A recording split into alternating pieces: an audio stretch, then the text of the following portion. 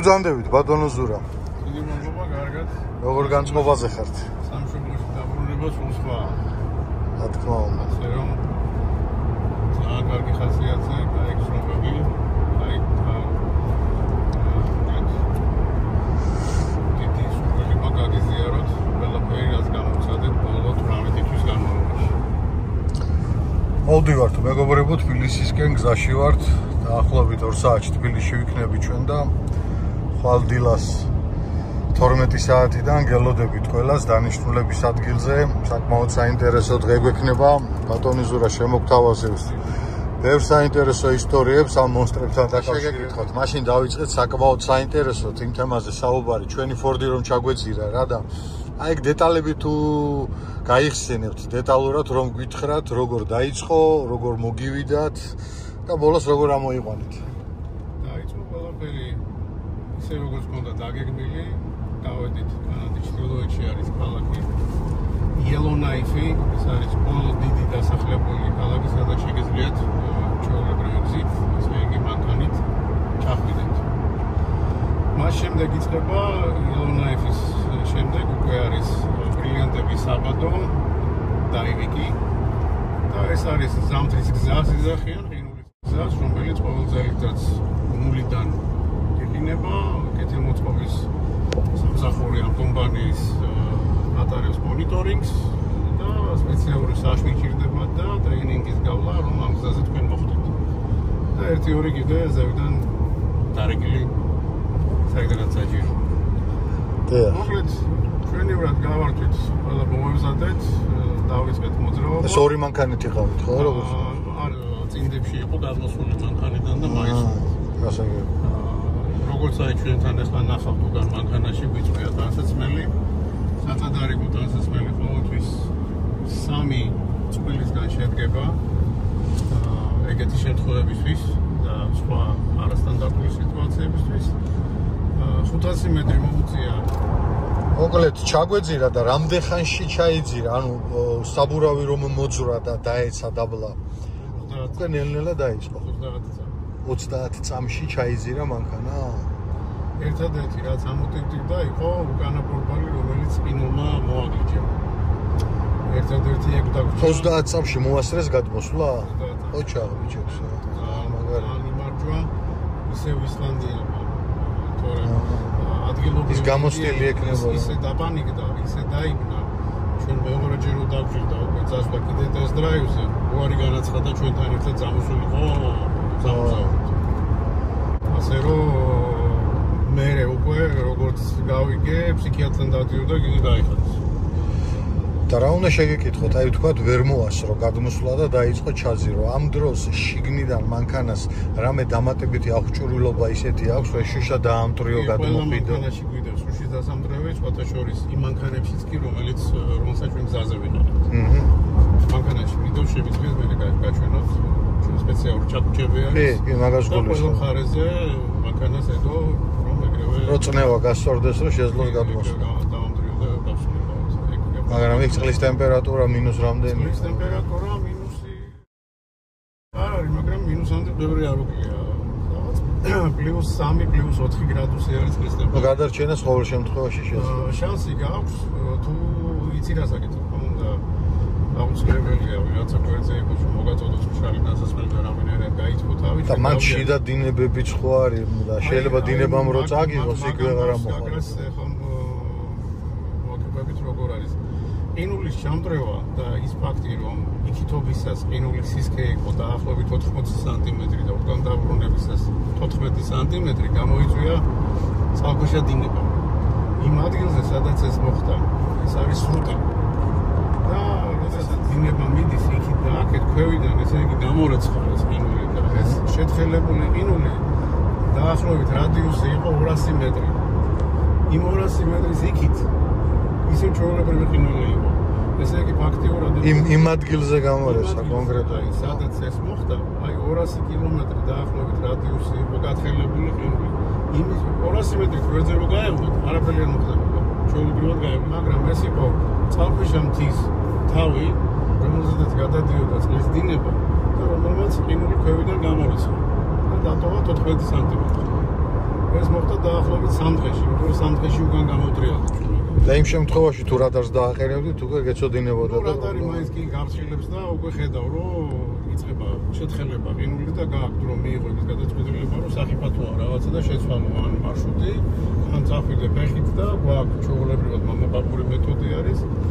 ეგეთი ლომები არის გრძელი, რომელსაც აქვს ტიტანის თავი, აქვს სამკუთხედი პირამიდის ფორმა, წაგრძელებული. და ყინულის სიღრმეს იგებთ მაგით. ხო, მიდის ფეხით ადამიანი და ვიცი დაახლოებით რომ გირდება მინიმალური 30 სანტიმეტრი მაინც. თან ერთი რამე უნდა გაითვალისწინოთ, რომ ყინული, ოკეანის ყინული და მტკნარის ყინული სულ სხვადასხვა და რა სხვაობა აქვს? ეგეც რომ ვიტყვით. მტკნარის ყინული უფრო ხისტია და უფრო მაგარია, ესე იგი თუ 10 სანტიმეტრია ყინული, ჩვენ შეგვიძლია მაგალითად.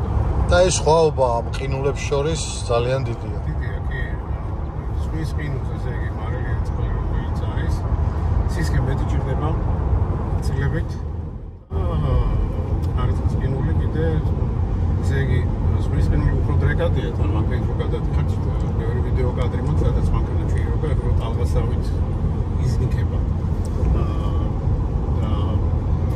და არის ყინული უფრო ხისტია. რა მეწონას არის ხომა ამუშავების ნუ გარდა იმისა უფრო მოლეკული და უფრო სრიალა რა თქმა უნდა არის კარის ყინული და უფრო ქვიშასავით ინება აი ქვიშიანი ზედაპირივით რა ყოველთვის ზღვის მოდება უფრო უკეთესია სხვადასხვა ჩვენ ეგეთი ყინული უფრო გვაწყობდა როდესაც განსაკუთრებით აი ახალი ტოროსები იყო გოგორებით რომ მაგის გადალახარობით და მანქანა უფრო კარგად გადადიოდა მაგაზე. და რამდენი მეტრი იყო, რამდენი მეტრზე იყო მანქანა ჩავარდნილი? მანქანა ჩავარდა დაახლოებით 25 მეტრის სიღრმე იყო იქ სადაც ჩავარდა. რომ დავბრუნდით უკვე იმ ადგილიდან ესე იგი დინება მანქანა მაინც გადაიტანა, გადაადგა. ხო და იმ წუთას ეხა თქვენი ლოკაციას იღებთ, ხო თქვა სადაა მანქანა და მონიშნეთ ყველაფერი, მანქანა საჩავარდა ყველაფერი მაგრამ 6 თვის განმავლობაში ესე იგი ოკეანის დინება მანქანა დაახლოებით 150 მეტრი მაინც გადაწია გვერდზე. და ამ მანქანაში GPS-ები გააქვთ რამე კიდეგათ მოწყობილობა? მანქანას ყველა მანქანას ჩვენს მანქანას აქვს GPS-ი, არა მარტო GPS-ი ჩვენ ესე ვხმარობთ ესე იგი საზღვაო ნავიგაციის ინსტრუმენტებს, იმიტომ რომ ჩვენ ფაქტიურად ზღვაში ოკეანეში დავდივართ ოღონდ მანქანით. და იგივე ეგვირენია ირიდიუმი, სტარლინკი ესე იგი ყველა მეთოდი ტუკიამი არსებობს რომ ეს ამპლუი ყველანაირი ინსტრუმენტი უყენია ყველა მანქანას. ორ მანქანაზე ყოველთვის ქვეყანა რადარი, რომელიც წინ მიდის და რომელიც უკან მოდის იმასაც ეყენა, იმიტომ რომ ყველაფერი არის დუბლირებული ყველა მანქანაში, ყველა ვარიანტი გათვლილია რომ რამე წყობრიდან გამოვიდეს რომ ესე იგი შესაძლებელი იყოს ან სხვა მანქანიდან გადმოტანა ან ჩანაცვლება. და ბოლოს როგორ მიაგენეთ ახლა ამდენი მეტრით რომ გადაიწია? ნუ ეს ხალში იმუშავა ამ რადარებმა? არა, ჩვენ რო ჩავედით უკვე დაახლოებით კოორდინატები ხო ვიცოდით და სანამ ჩავიდოდით, მანამდე ვერტმფრენი რამოდენიმეჯერ კანადის ესე იგი სანაპირო დაცვის ვერტმფრენები გავაგზავნეთ, რომელსაც ჩაატარეს ესე ვთქვათ შემოუფრინეს და ისეთი სუფთაა წყალი, რომ 25 მეტრის სიღრმეზე მანქანა ჩვეულებრივად ჩანდა, რომ მანქანა ინტერნეტში ჩაძირული დევს. ასე რომ კარგი ჰქონდა მოკლედ ინფორმაცია, ზუსტად სად ველოდება ჩვენი მანქანა. როგორც კი 150 მეტრით გადაიტანა იმ დინებამდე წვიმა არაფერი არ მოხდა. მერე უკვე დავიქირავეთ ისევ ვერტმფრენები, 3 ვერტმფრენის ქირაობა მოგვიწია, იმიტომ რომ არც ერთ ვერტმფრენს არ აქვს ხელა საშუალება რომ ამ მანძილი ამ ხელა დაფაროს.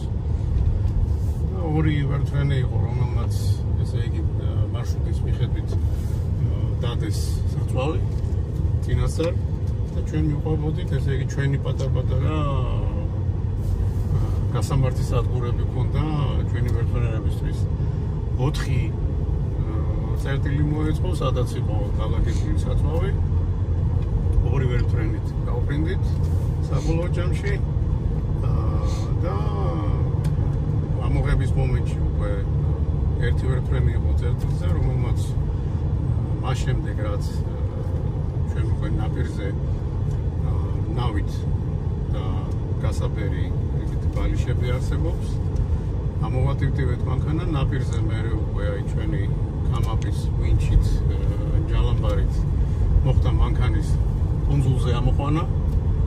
მერე უკვე ერთფრენმა ჩაიბა, რა თქმა უნდა ზედმეტი ესე იგი რაც ჩვენ გქონდა თვირთი გადმოვიღეთ, იმიტომ რომ 4 ტონაზე მეც სუპერპუმა ვერცევს. თან თავის საწვავი სჭირდებოდა, ასე რომ მაქსიმალურად მოხდა მანქანის შემსუბუქება, ზედმეტი რაც იყო ყველაფრის მოხსნა და 3 გაფრენა დაშირდა, რომ ყველაფერი უკან მოიტანა პირველ დასახლებულ პუნქტამდე. ესეთი მეთოდით მოხდა ამ მანქანის ოკეიდან ამოებით პირველი ეგზერია. რასაც ჩამოიტან ანტარქტიდაში, თან უნდა წაიღოთ უკან. ეს ეხება აბსოლუტურად ყველაფერს. ოკეი?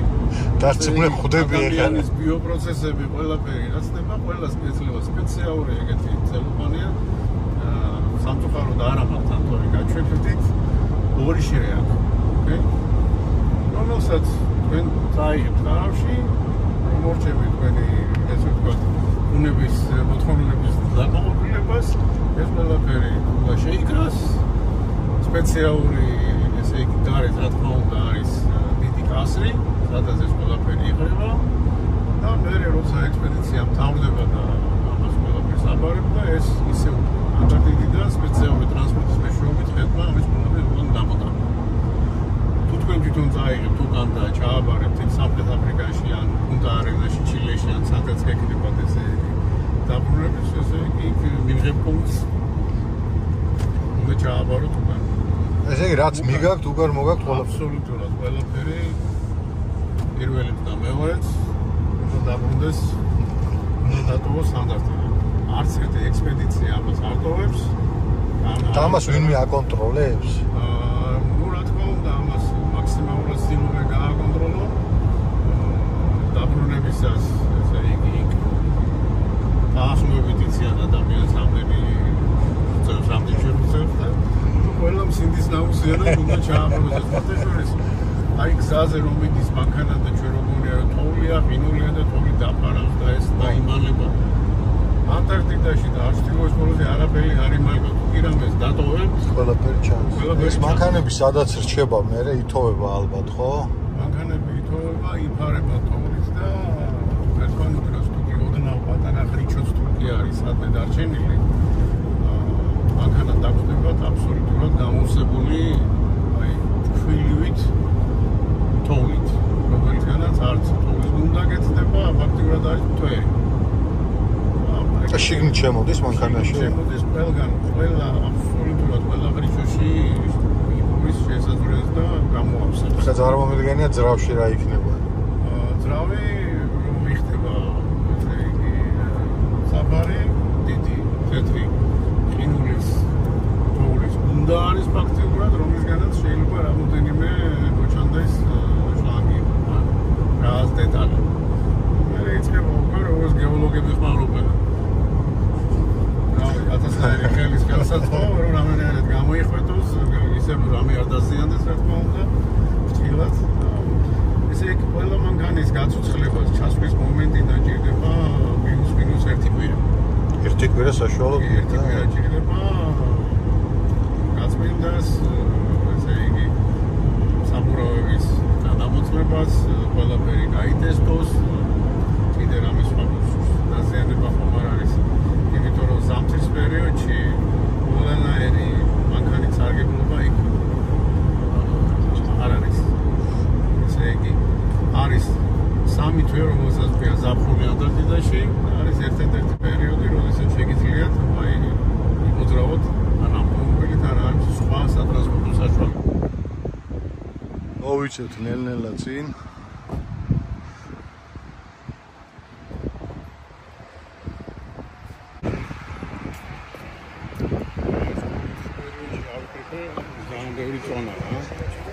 და ისლანდიაში ვჩავდი ინფორმაცია ვერ ვიყავ. გორგიშ დაიწყო მე. არა, მოგესალმები, გიორგი. როგორ განდები? თქვენი გაცნობა. აი ხარ ერთადაც. ახლა ძალიან განთქმული შაურმა გაქვთ, ხო?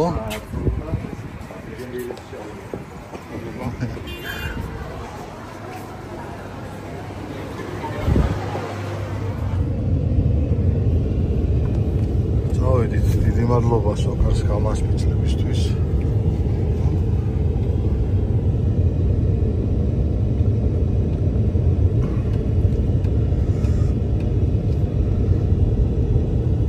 ყვებოდით და გაგაჩერეთ ამ მნიშვნელოვან რაღაც მომენტზე.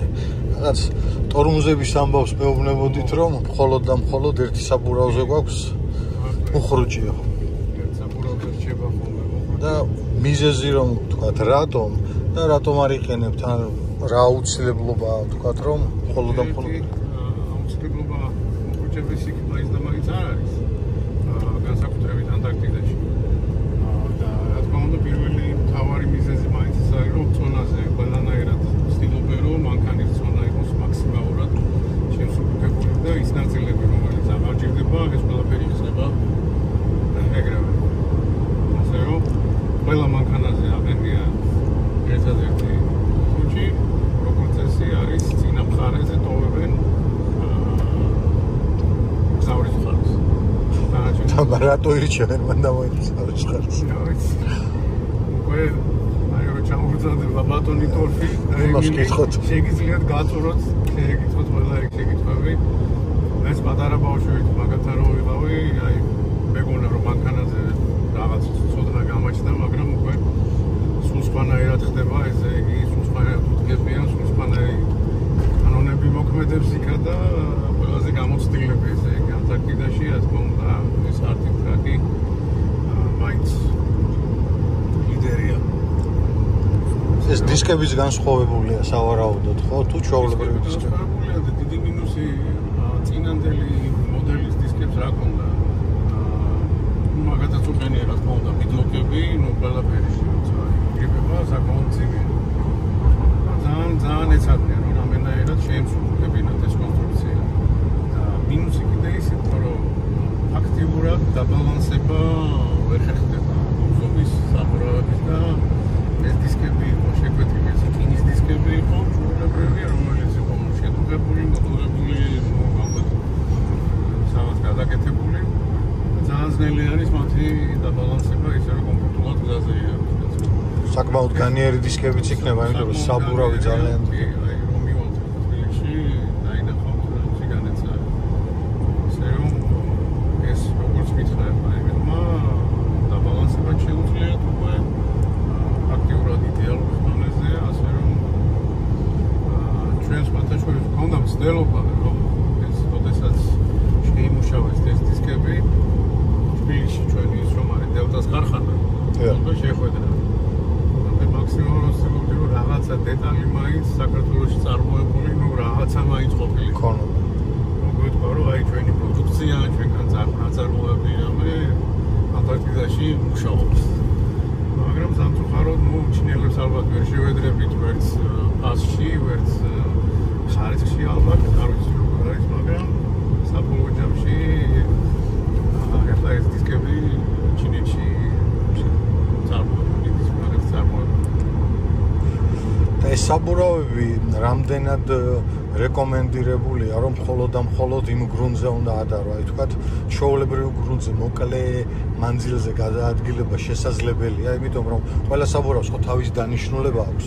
ერთადერთი ესე იგი, რასაც უნდა მოერიდოთ, მაღალი ტემპერატურა, თორემ ჩვეულებრივად შეგიძლიათ ასფალტზე ციაროთ, ჩვეულებრივად შეგიძლიათ მაღალზე ციაროთ, თოვზე დაყინულზე მოგიტყუდეს, ასე რომ ერთადერთი მინუსი არის, რომ მაღალი ტემპერატურა ესე იგი აი მანქანებზეც მინდა შეგეკითხოთ ამფიბიებზე დაახლოებით რა ღირებულობის არის ეს მანქანები და როგორ არის მეტნაკლებად აწყობილი. ანუ ყველაზე მნიშვნელოვანი რა არის, რას ითვალისწინებენ წონის გარდა? წონა ყოველთვის პირველ ადგილზეა მაგათთვის და გამძლეობა. ამასთან გამოსახულია ამფიბიები. რა სიწონის? 1200 კილოგრამს იწონის. 1200 კილოგრამს იწონის მანქანა, ну ძალიან მდგომარეობაში. თითო ბორბალი, რომელიც იმ მანქანებზე აყენია ამფიბიებზე, იტანს 600 კილოგრამს დატვირთვას. შეუძლია ესე იგი წყალში ჩააგდო 600 კილო დააგზავნა და შეიძლება. ეგეთი ბორბალი აყენია 6. ასე რომ თუ არ ჩავთვლით იმას, რომ მანქანა თვითონ არის ქვევით აქვს დაახლოებით ნავის ფორმა ისედაც ჰერმეტულად არის, ასე რომ ჩაძირვის არავით არის საფრთხე არ გვემუქრება იმ მანქანებში. Arctic Trucks ეგეთი სიამოვნება არ მიუჭირდება დიზაინერს, ასე რომ ჩაძირვის შანსი ამ მანქანებს აქვს იმად გაგაცნობა. ჩვენ საქართველოში ახლა ძალიან ბევრი Nissan-ის მოყვარულები ვართ. ნამეტანი გული არ გაგვიდა ხო ისეთი რამე არ გვიდგა რა. იმიტომ რომ ერთი ეს Nissan ელექტრო იყო. ეს Nissan-ი არ იყო, რასაც თქვენ აკმარობთ. ეს იყო Nissan-ის ცდელობა, რომ მათი სრულიად ელექტროავტომობილი ყოფილიყო პირველი. ეს ახალი კუზოვო რომელიც არის, ხო? ეს არის Nissan Ariya. საერთოდ სხვა. ხო, ნუ არა, აქაც არის როგორი კონსტრუქცია, მაგრამ ნუ იქ რაც არის, გვიან Nissan Ariya დაახლოებით Nissan Murano-ს დააგავს რა, დაშვიდოს რას ამაში დაინახა. მოკლედ Nissan-ს უნდა რომ მათი მანქანა ყოფილიყო პირველი ელექტრომობილი, სრულიად ელექტრომობილი პოლუსებზე. ნუ რა თქმა უნდა, ჩრდილოეთ პოლუსი გამორიცხულია, ერთადერთი ისიც ჩვენ შეგვეძლო დახმარებოდეთ Nissan-ს იყო ის, რომ ეს მანქანა ჩაგვეყვანა რომელიმე მაგნიტურ პოლუსზე, რომელიმე წლის. დღეს მაგნიტური პოლუსი სხვადასხვა ზაშურს არ არის გეოგრაფიულ პოლუსზე 400 კილომეტრში. ნუ ეს გამორიცხულება თვითონ ჰიბრიდი ისედაც მცირეა. ჰიბრიდი კი არა, ელექტრომობილია. ამიტომაც მოკლედ საბოლოო ჯამში დავთანხმდი რომ 1924 წლის გეოგრაფიული პოლუსის მაგნიტური პოლუსი სადაც იყო, იქამდე ჩაგვეყვანა და რა თქმა უნდა სამხრეთ პოლუსზე. ნუ ჩრდილოეთ პოლუსამდე ჩავეყვანეთ ხაზს გაუსვა, იმიტომ რომ მართლა ჩავეყვანეთ, იმიტომ რომ მანქანას ოდესაც გზას გადაცდა. თავისი სულით არ გაიარა 116 კილომეტრი, თავისი რაც დაიძენა და რა დაემართა? ნუ გამორიცხულია ყველანაირად. არ არსებობს ის ამოიღეს რაღაცა აი აგები გამოვიარეთ აბასიდან ეს ვენტილატორები რომ არის თუნდაც შეძლებიან. დიახ. სანამ მაგნეტოდი თქვენ მაგმანქანას დატენით, თქვენ ვერ წაიღებ იმდენს, ვერც საკვებს, ვერც ვერაფერს, რომ აი იდგეთ ერთად და ქარმა დაგიტენოთ ის მანქანა, ვითომ არავის არ ისა დაიხმაროთ სხვა მეთოდი მანქანის დატენვის და რო თქვენ ამ დისტანციას დაფარავთ. ფიზიკურად ვერ ტენდნენ? არ გამოდის. ნუ ეს გადადებისთვის რა თქმა უნდა შეიძლება გადაიღოს რომ ვითომ ეს წისქვილი ელექტრიალებს და ვითომ მანქანას ეს ნამდვილში მთელი ესე იგი ეს მძიმე ტვირთის თარება რაც ვითომ მანქანა იყო და აწვა ჩვენს მანქანებს ეს 6 ფორდები და ჩვენი არის რა თქმა უნდა გენერატორებიც იქონდა და იდენებოდა ეს მანქანა გენერატორით იმიტომ კი რომ ეარაბად მანქანას იმიტომ რომ ეს მწვავე რო იჯდა იქ ვითომ ლაპარაკობდა რომ არ აღინულიყო სანამ ჩვენ მაგას მივაწევდით. ეს და ის ინფორმაცია რომელიც ისაც არ მოეწონება რომ ხალხ ესე გავაზიარე, მაგრამ სიმართლეა რეალურად ვერ იმუშავა იმ მანქანა, ვერანაირი 116 კილომეტრი გაიარა თავის სვით. ამით ყველაფერი რა თქმა უნდა. დანარჩენი ქონა დაანდიდე დროზე, იყო ჩამული უკან, საამოსდენებოდა რომ ძოლი არ გაღინულიყო შიგნით, ეგ იყო მთელი მაგის. დიდი ალბათობით ისე იღებდნენ, ვითომ თავის შლით მიდიოდა, ხო? სანამ უკვე გავიდოდით ეს ბოლო დასახლებული პუნქტამდე ის დისტანციაც გამორიცხული იყო და მე ჩემი ხელით მაგ მანქანა ჩადვირთული თვითმფრინავში გადავაფრინეთ 2 საათი თვითმფრინავით კიდე მე იქიდან ჩამოვდივართ და მე კიდე სურათები მაქვს ეგ როგორც ჩავატრიეთ გაჩაბული 1924 წლის მაგნიტურ პოლუსა გიჩიათ პატივი ბოლომდე კი ბოლომდე ვიცით პატივი ორივე პოლუსი მოატარეთ ბუქსირით. Შემიძლია თავმოდგოთ, რომ Nissan-ი არის პირველი მანქანა, რომელიც პირველად ჩაატარეს სახელმწიფოზე და სტილოვან მაგნიტურ პოლუსზე 1924 წელს, ასე რომ არ დაუჯეროთ Nissan-ს, მაინც და მაინც რასაც ამბობს ყველაფერი არ დაიჯერა. აი ჩვენი Nissan-ი ეხლა 61 კუზაოვები, 60 კუზაოვები ძალიან გამართლებულია რა ჩვენთან რაც არის უბრალოდ იმიტომ რომ სვაპი უკეთდება სხვადასხვა ძრავებს უდებენ და ძალიან ძლიერია სავალი ნაწილები ძლიერი აქვს ანუ ხიდებიც ძლიერი აქვს ძალიან ნახევრად ღერძები საკმაოდ ძლიერი აქვს გატყდომით ახლა ყველაფერი ტყდება უგზოობაზე მაგრამ სხვასთან შედარებით ბევრად გამძლეა და მაგით უხმარობთ ხოლმე აქტიურად Nissan-ს ჩვენი დაცვის თანამშრომლები აფრიკაში და სამხრეთ ამერიკაში სპატაშორით იყვნენ Nissan-ები და Toyota-ები სულ აღჭურვილი ასე რომ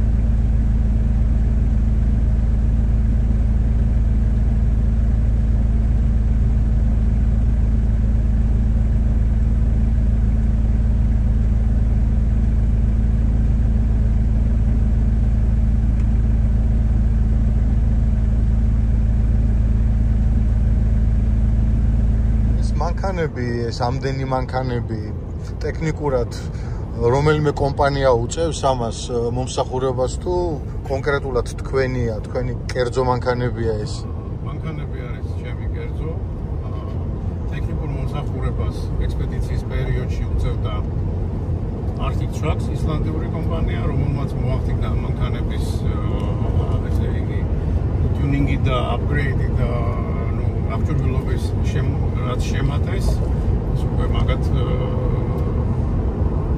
მაშინ შედიოდა რა ქვია მანქანები არის ჩემი საუბრით და ის მანქანებიც იქ რომელიც დგას ის თქვენ გეკუთვნით რომელიც გრენლანდიაშია არის ჩემი და დიდი იმედი მაქვს რომ მალე უკვე დავაბრუნებთ აქეთ კონტინენტზე როგორც ის მანქანები დავაბრუნებთ ალბათ საქართველოში მაგ მანქანებს არ მოუწევთ ჩამოსვლა იმიტომ რომ საქართველოში ამხელა გამოყენება მაგას არავითარი არ იქნება დანიშნულებით არ იქნება ნუ ცოტა მაგათი აქ მაგათვის გზა არ არის ფაქტობრივად ასე რომ ანტარქტიდაში რაც მანქანები დარჩა ეს მანქანები დღესდღეობით კონტრაქტით იმსახურება NASA-ს სხვა სამეცნიერო პროგრამებს ეს მანქანები რომელიც საქართველოში ფაქტობრივად მაინც შევძლებ დანიშნულებით გამოვიყენო რისთვისაც ეს არის და შემდეგი ტური როდის გაქვთ? როდის გეგმავთ? გეგმავთ რამე საერთოდ ახლა მომავალში?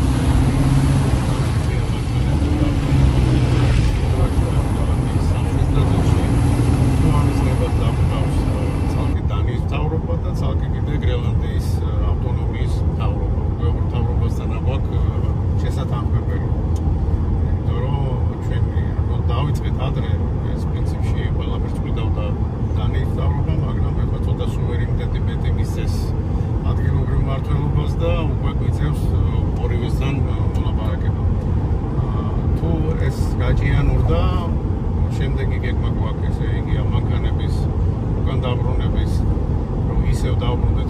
ბოლოსზე და დავბრუნდეთ კანადაში. ესე იგი იგივე გზა გავიაროთ, რაც გავიარეთ პირველ. იგი კიდევ ერთხელ დავლაშქრავთ ჩრდილოეთ პოლუსს. ასე რომ ორი ვარიანტი გვაქვს, ან გადავკვეთავთ გრენლანდიას, ჩრდილოეთიდან სამხრეთის მიმართულებით, ან დავბრუნდებით ისევ კანადაში.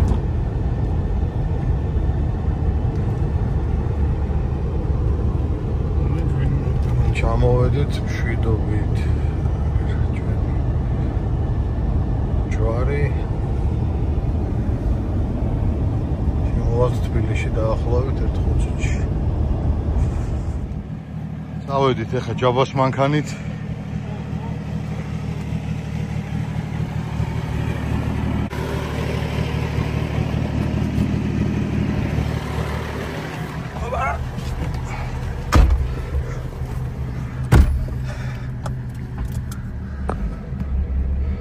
ლოკაციას აგვიჩვენებს, სადღაც აგველოდებიან. მოკლეზე გადმოვედით და იმედია მივაგნებთ.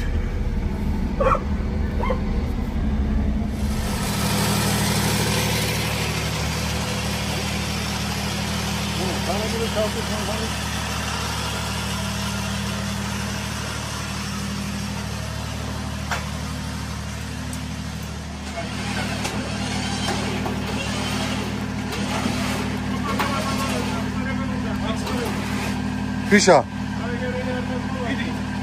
ნიკო ცოტა აქეთ აიღე შენ კარგად მოდის კარგად აქეთ უნდა დახმარება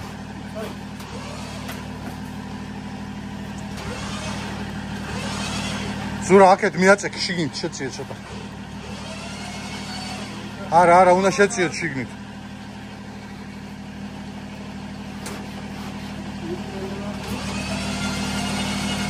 აია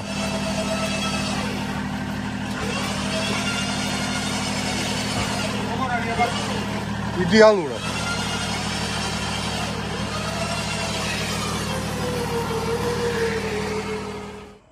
ლედ გამოვიყვანეთ დაუბით ჯაბას მანქანაზე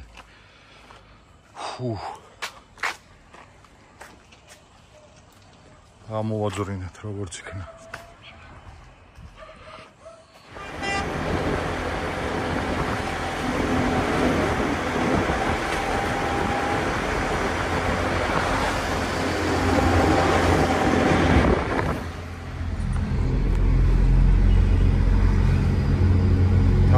მშვიდობით ავიყვანოთ ადგილამდე, იმიტომ რომ ძალიან დიდი ბორბლები აქვს. გვერდებზე გადმოსულია. შესაბამისად კი დავაბით, მაგრამ მაინც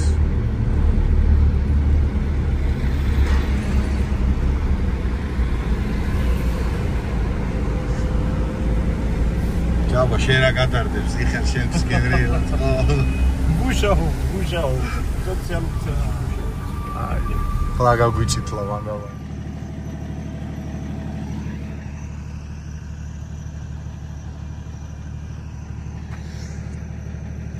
უყური აბა უკრინდა რომ შემოვალ ხო არ წამოვდებ რა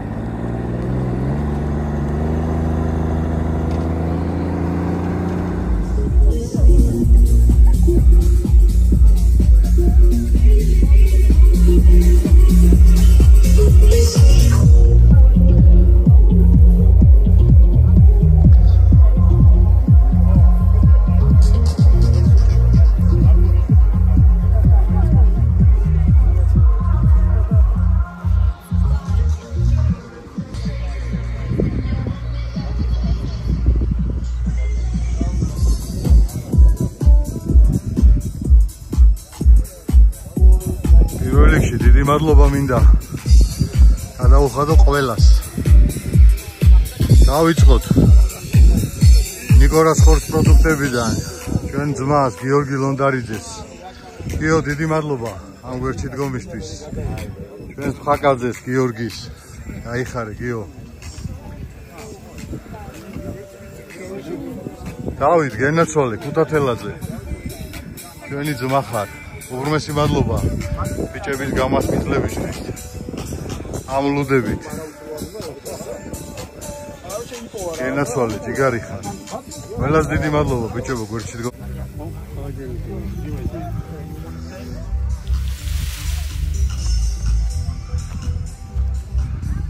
ესე ჩვენი ექსპედიციის მანქანები. ჩვენი კამაპი.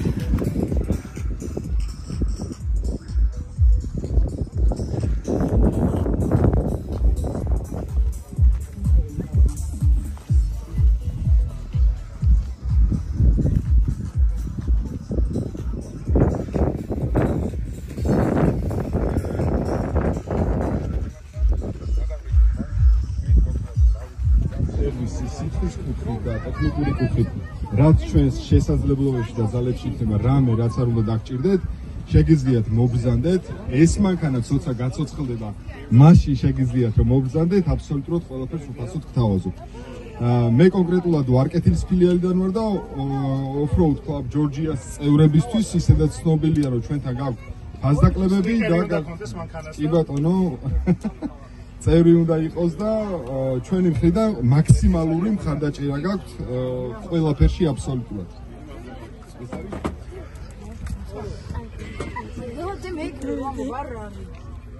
რაო? აგვიწერია.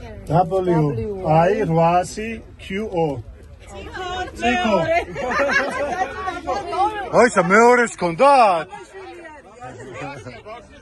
ამაშვილი თუ არა პრობლემაა? XB 090BB. XB 090BB. გამარჯობა. ვეუბნები გვაქვს. მესამე გამარჯვებულია.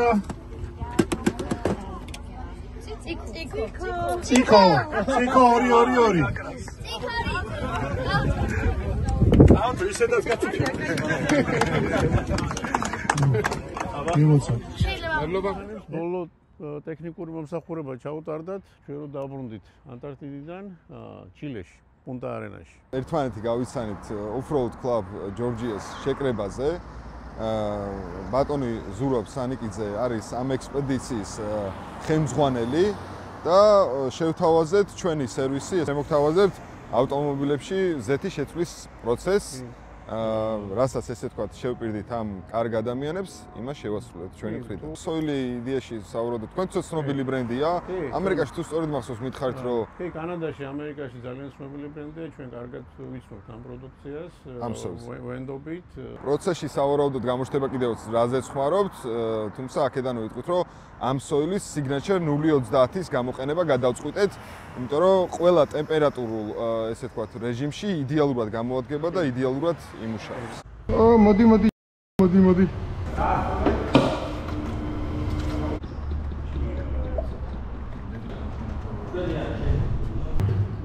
აუ მაგდაც ჩაი.